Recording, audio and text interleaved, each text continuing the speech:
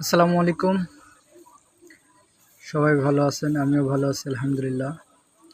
তো আজকে আপনাদের দেখাবো, এর আগে দেখিয়েছিলাম যে একটা ফ্যান বানিয়েছিলাম 3টা ব্যাটারি দিয়ে। তো সেগুলো ফ্যান সব সম্পূর্ণ সেল হয়ে গেছে আর কি।